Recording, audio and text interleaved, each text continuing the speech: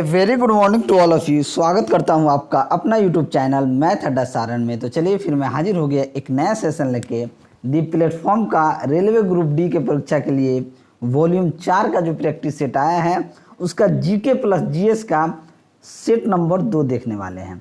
तो चलिए, अगर आप हमारे चैनल पर नए हैं तो चैनल को सब्सक्राइब कर लीजिए, साथ ही साथ बेल आइकन को दबा लीजिए ताकि हम कोई भी वीडियो अपलोड करें उसका नोटिफिकेशन आपको मिलता रहे।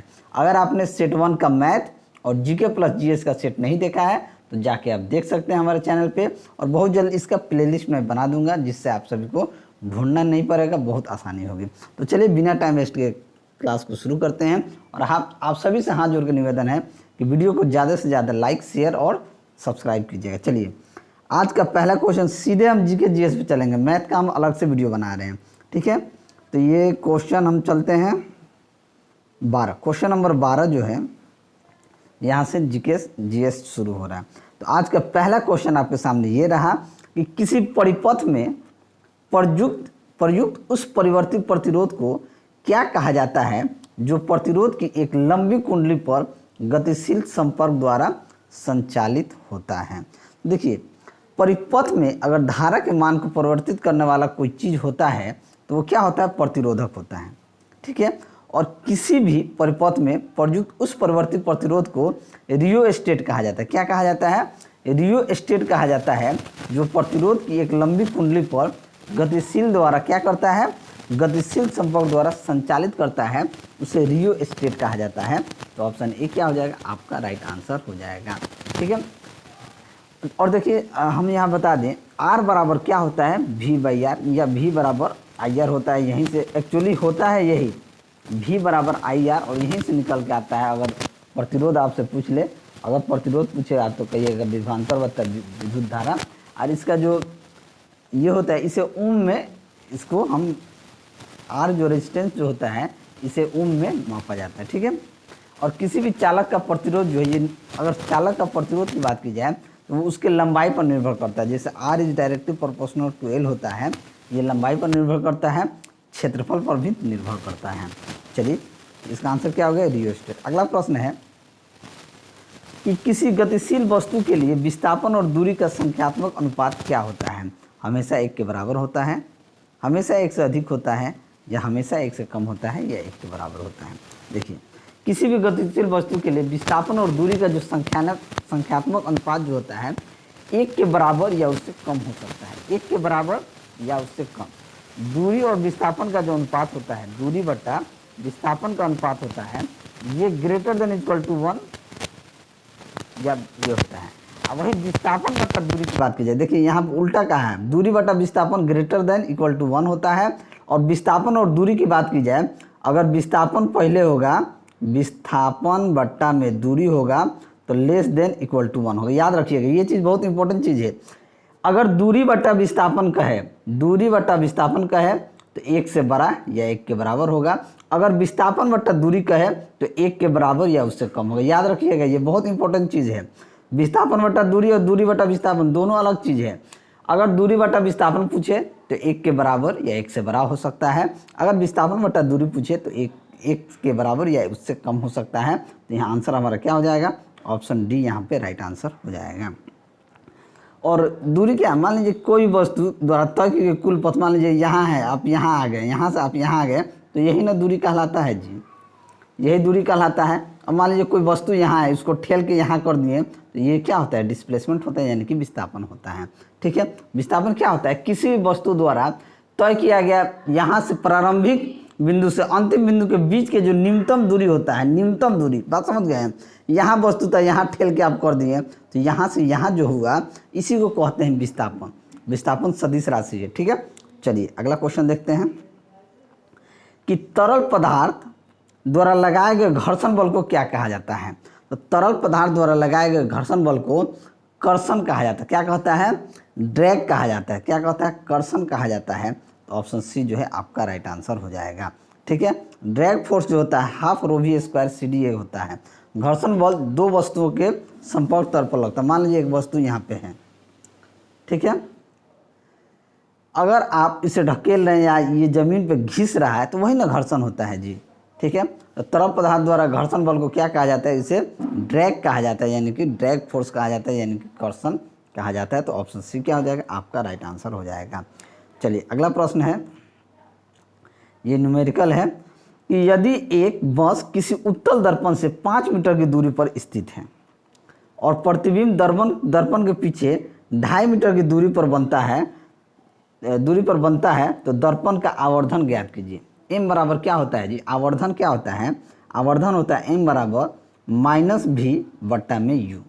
अब वस्तु की दूरी u कहलाती है, वस्तु की दूरी u कितना है 5 मीटर और प्रतिबिंब की दूरी v जो है ये आपका 2.5 मीटर। बात को समझिए, अब कुछ नहीं करना, put the value get the answer है। u जो है 5 मीटर है, माइनस v हमारा निकल गया, v कितना आ गया 2.5 -2.5 और u जो है दर्पण 5 मीटर किसी उत्तल दर्पण से 5 मीटर की दूरी पर स्थित है, ठीक है। तो यहाँ 5 मीटर जो वस्तु की दूरी है ये माइनस में आएगा, क्या आएगा माइनस में आएगा, ये माइनस में आएगा, ये 5 है ये 25 है, अगर ऊपर नीचे गुना कर देंगे या इसे काट देंगे तो माइनस माइनस तो कट जाएगा, ये कट जाएगा 0.5 में, यानी कि 0.5, यानी कि ऑप्शन बी क्या हो जाएगा, आपका सही उत्तर हो जाएगा। चलिए अगला प्रश्न है कि 1 पास्कल निम्नलिखित में से किसके बराबर होता है। तो 1 पास्कल जो होता है ये आपका न्यूटन प्रति वर्ग मीटर स्क्वायर के बराबर होता है। क्या होता है, न्यूटन प्रति वर्ग मीटर के बराबर होता है। देखिए प्रेशर क्या होता है, यानी कि दाब बराबर होता है बल बट्टा क्षेत्रफल, यानी कि प्रेशर बराबर क्या होता है फोर्स बट्टा एरिया। फोर्स का क्या होता है न्यूटन होता है और एरिया का मीटर स्क्वायर होता है, तो न्यूटन पर मीटर स्क्वायर, यानी कि न्यूटन प्रति वर्ग मीटर स्क्वायर जो होता है ये आपका उसके बराबर होता है। तो ऑप्शन बी क्या हो जाएगा, आपका सही उत्तर हो जाएगा। चलिए दाब क्या होता है, अदिश राशि होता है। अगला प्रश्न है कि एक लेंस की शक्ति जिसको 40 सेंटीमीटर फोकस दूरी के अभिसारी लेंस से संयोजन पर 6 डायोप्टर शक्ति का संयोजन बनता है। अब देखिए अभिसारी लेंस की फोकस दूरी क्या दिया है 40 सेंटीमीटर, एफ कितना है यहाँ पे 40 सेंटीमीटर, ठीक है। लेंस के संयोजन पर 6 डायोप्टर शक्ति का संयोजन बनता है। P बराबर क्या होता है, P बराबर होता है 1/f। तो अगर हम देखेंगे यहाँ से P का मान क्या निकल के आ जाएगा, ये 40 सेंटीमीटर दिया है तो ये क्या हो जाएगा 1/, ये मीटर में होता है तो सॉरी ये ऊपर वाला मीटर में होता है तो 100/40 हो जाएगा, यानी कि P क्या हो जाएगा 2.5 सेंटीमीटर। अब P 2.5 सेंटीमीटर हो जाएगा तो संयोजित लेंस की क्षमता क्या हो जाएगी, P बराबर क्या होता है P1 + P2। अगर 6 डायोप्टर पहले से दिया है तो 6 बराबर P1 हमारा कितना निकल गया 2.5, तो P2 हमारा नहीं निकल जाएगा, 6 में से 2.5 घटा देंगे हमारे पास कितना निकल के आ जाएगा 3.5 डायोप्टर। तो ऑप्शन डी क्या हो जाएगा, आपका सही उत्तर हो जाएगा। चलिए अगला प्रश्न है कि निम्नलिखित में से कौन सी कृष्णा नदी की सहायक नदी नहीं है, पूछा गया है। घाट परवा, मंजीरा, मूसी, तुंगभद्रा। तो मंजीरा नदी जो होता है, मंजीरा नदी कृष्णा नदी की सहायक नदी नहीं है। ये मंजीरा नदी जो है ये गोदावरी नदी की भी सहायक नदी नहीं है, ठीक है, ठीक है। तो ये मंजीरा क्या हो जाएगा, आपका सही उत्तर हो जाएगा, ठीक है।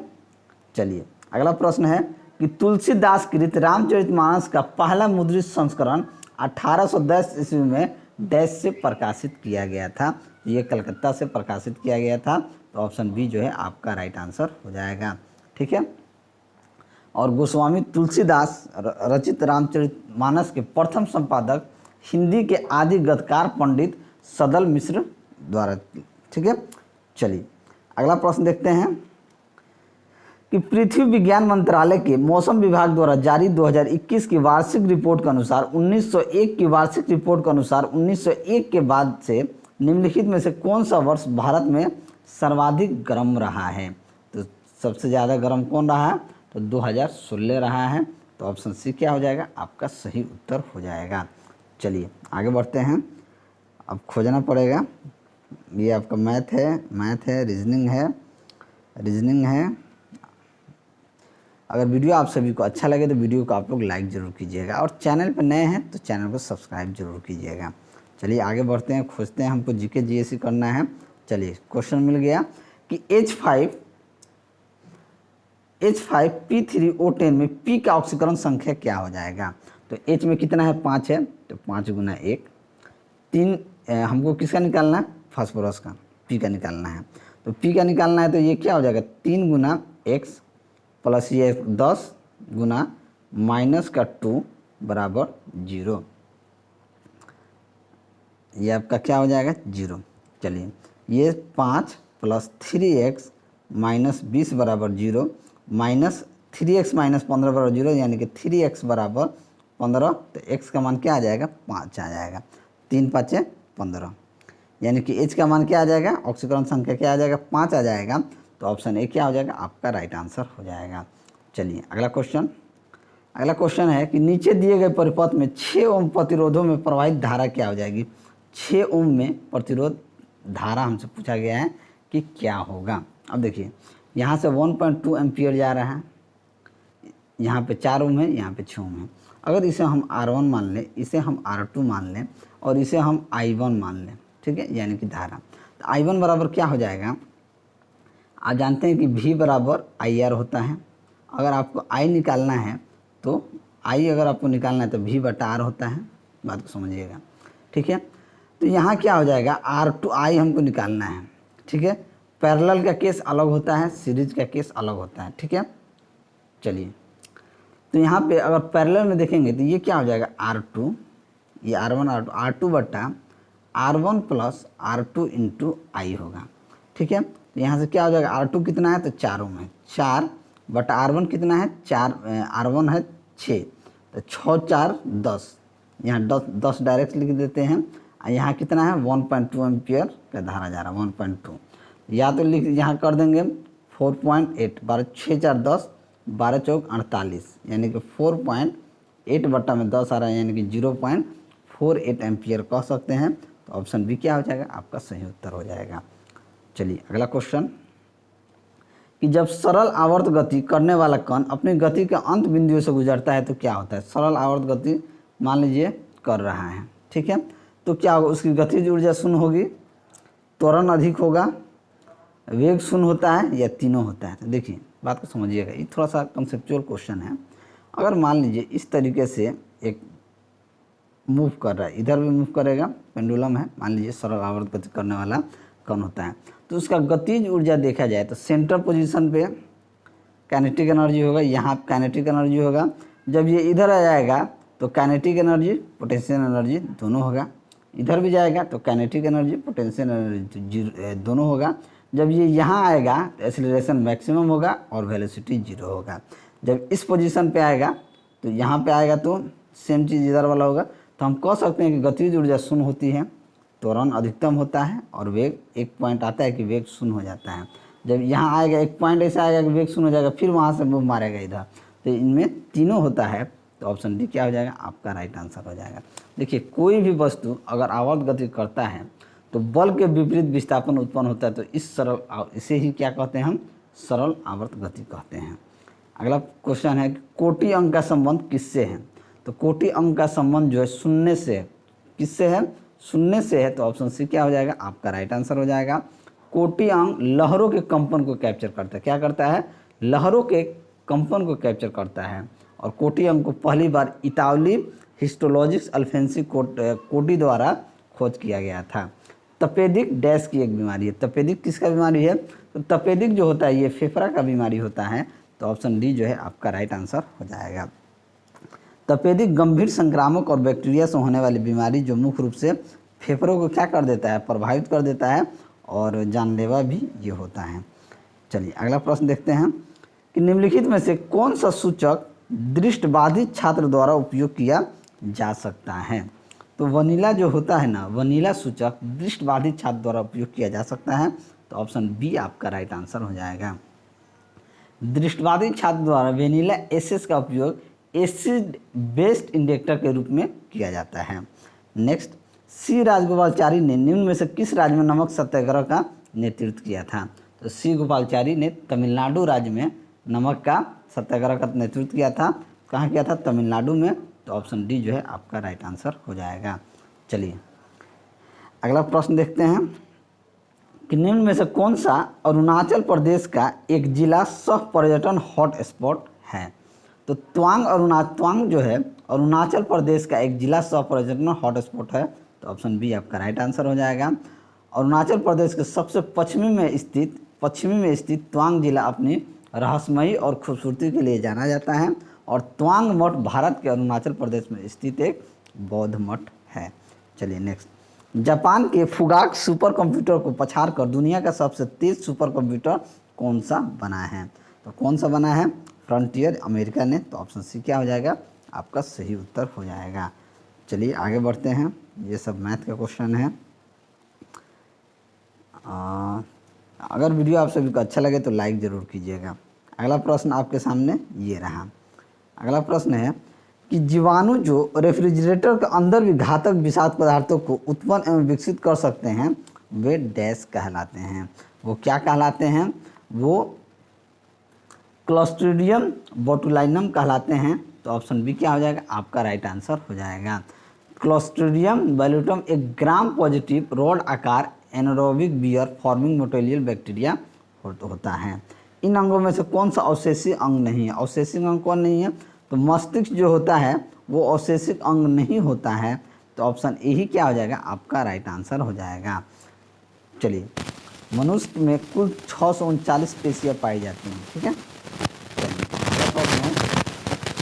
निम्नलिखित में से कौन सा एक फलीदार पौधा है? फलीदार पौधा कौन सा है? तो मटर जो होता है एक फलीदार पौधा होता है। तो ऑप्शन बी क्या हो जाएगा? आपका राइट आंसर हो जाएगा। दालें भी फलीदार पौधा कहलाती हैं, ठीक है। दाल जो होता है वो भी फलीदार पौधा होता है। शरीर में हीमोग्लोबिन का कार्य क्या होता है? तो शरीर में हीमोग्लोबिन का कार्य होता है ऑक्सीजन का परिवहन करना। क्या होता है? ऑक्सीजन का परिवहन करना ही हीमोग्लोबिन का काम होता है। तो ऑप्शन ए क्या हो जाएगा? आपका राइट आंसर हो जाएगा। और लाल रुधिर कणिकाओं में लौहयुक्त प्रोटीन पाया जाता है जिसे हीमोग्लोबिन कहा जाता है। अगला प्रश्न है कि मनुष्य के शरीर की वह ग्रंथि जो एंजाइम और हार्मोन दोनों स्रावित करती हैं क्या कहलाती हैं? तो इसे ही अग्नाशय कहा जाता है, जो एंजाइम और हार्मोन दोनों को क्या करती है? स्रावित करती है। अग्नाशय जो होता है एक मिश्रित ग्रंथि होता है। तो ऑप्शन बी आपका क्या हो जाएगा? राइट आंसर हो जाएगा। क्लोरेनकाइमा बने होते हैं। क्लोरेनकाइमा जो बने होते हैं ये मृदूतकों का बना होता है। तो कह सकते हैं ऑप्शन डी क्या हो जाएगा? आपका राइट आंसर हो जाएगा। क्लोरोकाइमा उत्तक पौधों में तनन सामर्थ्य प्रदान करती हैं। अगला प्रश्न है, निम्न में से कौन सा भारत और विश्व का एकमात्र तैरता हुआ राष्ट्रीय उद्यान है? तो तैरता हुआ राष्ट्रीय उद्यान किबुल लामजाओ राष्ट्रीय उद्यान जो है ये भारत और विश्व का एकमात्र तैरता हुआ राष्ट्रीय उद्यान है। तो ऑप्शन डी आपका राइट आंसर हो जाएगा। और वर्ष 1966 में किबुल लामजाओ अभ्यारण्य की स्थापना की गई थी और वर्ष 1977 में इसे राष्ट्रीय पार्क का दर्जा दिया गया था। अगला प्रश्न, गोटीपुआ नृत्य क्या है? गोटीपुआ नृत्य जो है ये उड़ीसा में युवा लड़कों का नृत्य है। तो ऑप्शन ए क्या हो जाएगा? आपका राइट आंसर हो जाएगा। युवा लड़कों का नृत्य गोटीपुआ। चलिए अगला प्रश्न देखते हैं कि अंडमान और निकोबार द्वीप समूह निम्नलिखित में से किस उच्च न्यायालय के अधिकार क्षेत्र में आता है? तो अंडमान निकोबार जो है ये कलकत्ता उच्च न्यायालय के अधिकार क्षेत्र में आता है। तो कोलकाता। तो ऑप्शन बी आपका राइट आंसर हो जाएगा। अंडमान निकोबार की राजधानी पोर्ट ब्लेयर है और अंडमान निकोबार बंगाल की खाड़ी में स्थित है। और 1 नवंबर 1956 को इसे केंद्र शासित प्रदेश बनाया गया था। और अंडमान में ही सेल्यूलर जेल भी है, जिसे क्या नाम है? अंडमान में ही सेल्यूलर जेल है, ठीक है। चलिए अगला क्वेश्चन देखते हैं। ये मैथ है, ये भी रीजनिंग है। चलिए अगला क्वेश्चन है क्वेश्चन नंबर आपका 72। हीलियम की परमाणुकता क्या है? तो हीलियम की परमाणुकता की बात की जाए तो हीलियम क्या है? एक परमाणुक है। क्या है? एक परमाणुक है। तो ऑप्शन सी आपका क्या हो जाएगा? राइट आंसर हो जाएगा। ऑक्सीजन द्विपरमाणुक होता है, फास्फोरस चतुष्परमाणुक होता है, सल्फर जो है अष्टपरमाणुक होता है। और किसी अणु की संरचना में प्रयुक्त होने वाले परमाणुओं की संख्या तत्व की क्या कहलाती है? परमाणुकता कहलाती है। अगला प्रश्न कि जब कॉपर सल्फेट विलियम लौह धातु के साथ अभिक्रिया करता है तब तांबा नामक धातु का निर्माण होता है। यह निम्नलिखित में से कौन सी अभिक्रिया कहलाती है? जब कॉपर सल्फेट विलियम लोहा धातु के साथ अभिक्रिया करता है तो तांबा नामक धातु का निर्माण करता है। यह अभिक्रिया जो होता है एकल विस्थापन होता है। एकल विस्थापन अभिक्रिया कहलाता है। तो आपका राइट आंसर है। इक्वेशन के माध्यम से समझने की कोशिश करते हैं। CuSO4 प्लस Fe का जो हम रिएक्शन कराते हैं ये क्या बन जाता है, ये बन जाता है FeSO4 प्लस CO को बाहर कर दे, यानी कि एकल विस्थापन कर देता है। बात को समझ गया, कॉपर को बाहर कर देता है तो ये एकल विस्थापन कहलाता है। तो ऑप्शन ए आपका सही उत्तर हो जाएगा। अम्लों के बारे में निम्नलिखित में से कौन सा कथन सत्य है? अम्लों के बारे में, अम्ल के बारे में खट्टे होते हैं, नीले लिटमस को लाल रंग में बदल देते हैं। तो हम कह सकते हैं अम्ल के बारे में यही सत्य है कि यह खट्टे होते हैं और ये नीले लिटमस पत्र को क्या कर देते हैं, लाल रंग में बदल देते हैं। तो ऑप्शन ए ही क्या हो जाएगा, आपका राइट आंसर हो जाएगा। चलिए अगला प्रश्न देखते हैं कि एक कार 60 किलोमीटर प्रति घंटा की चाल से गति कर रहा है, ब्रेक आरोपित करने पर 20 मीटर की दूरी पर रुक जाता है। यदि कार की चाल दोगुनी कर 120 किलोमीटर प्रति घंटा कर दिया जाए तो कार के रोकने की दूरी क्या होगी, यानी कि दूरी क्या होगी, बात को समझिएगा। इसे हम दो तरीके से हम निकाल सकते हैं, ठीक है। यहाँ पे आप समझ रहे हैं कि प्रारंभिक में कार की चाल कितना है, 60 किलोमीटर। अगर हम U1 कह दें तो 60 किलोमीटर, 60 किलोमीटर को अगर मीटर पर सेकेंड में अगर हम बदलें तो अच्छा इसको किलोमीटर में ही रहने देते हैं, ठीक है, इसको किलोमीटर में ही रहने देते हैं। U1 60, U2 कितना हो जा रहा है, 120 किलोमीटर, ठीक है। अगर हमसे यहाँ पूछा जाए S2 20 मीटर की दूरी पर रुकता है, तो अगर हम देखें पहला S1 हमको नहीं पता है, S1 हमको 20 पता है, S1 20, S2 हमको निकालना है क्या है। अब देखिए V स्क्वायर बराबर क्या होता है, U स्क्वायर माइनस का 2S। बात को समझिएगा। अगर हम कहें कि पहला में फाइनल वेलोसिटी अगर 0 है तो इक्वेशन हमारा निकल के क्या आ जाएगा, U स्क्वायर बराबर 2S। बात को समझिएगा, U स्क्वायर बराबर 2S, ये चीज़ रखिएगा। हम अब इसको काटते हैं, ये चीज़ समझ गए ना। अच्छा इसको एक बार फिर से यहाँ कोना में लिखते हैं। इक्वेशन क्या है, V स्क्वायर बराबर U स्क्वायर माइनस का 2S। अगर हमारा फाइनल वेलोसिटी पहला में 0 है, अगर हम इसको 0 कर दें तो इक्वेशन हमारा क्या निकल के आ जाएगा, U स्क्वायर बराबर 2AS, ठीक है।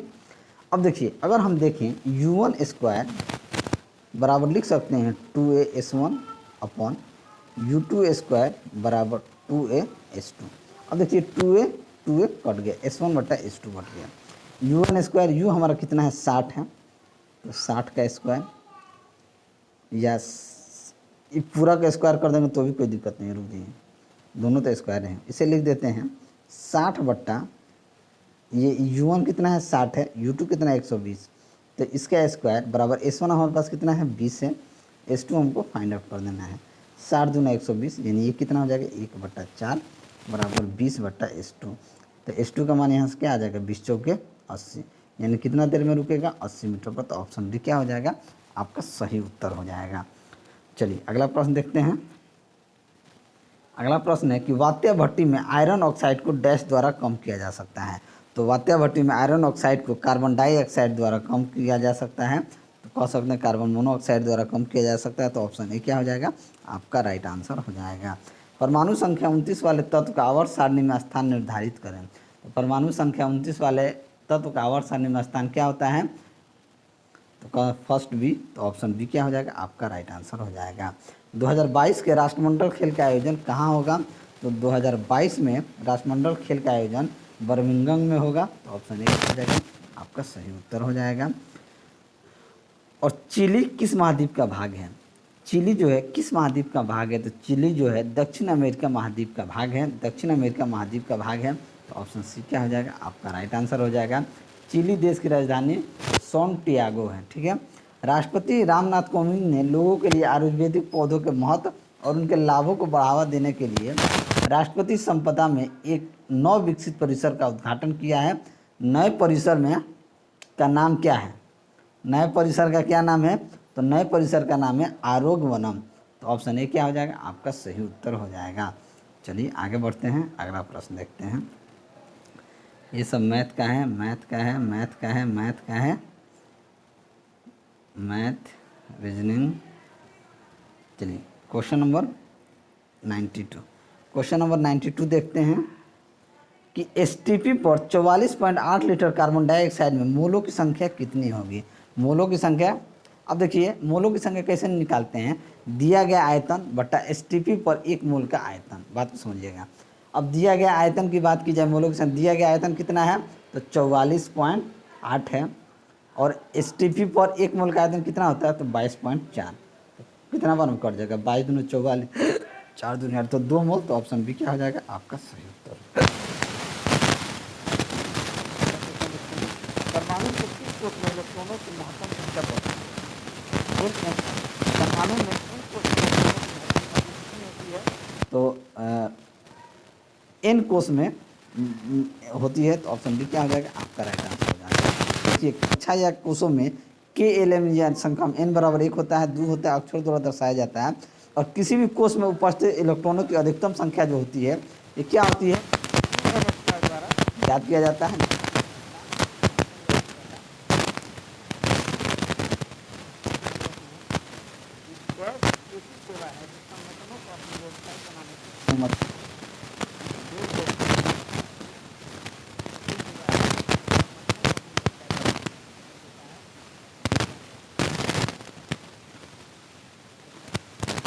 भारतीय किसान कर्मयोद्धा बीज तकनीक की शुरुआत होने से कुछ नहीं होती, इस तकनीक के द्वारा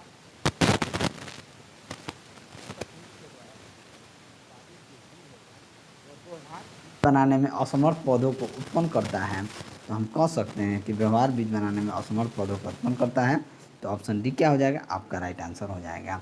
और टर्मिनेटर जीन और टर्मिनेटर बीज एक विशेष आनुवंशिक अनुक्रम होता है जिसे बीज के डीएनए में अंतर्निविष्ट किया जाता है, ठीक है।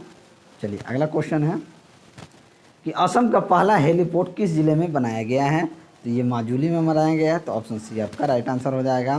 प्रथम कॉमनवेल्थ गेम कहाँ आयोजित हुआ था, तो प्रथम कॉमनवेल्थ गेम्स 1930 में हैमिल्टन में, कहाँ हैमिल्टन में आयोजित किया गया था, तो ऑप्शन ए आपका राइट आंसर हो जाएगा।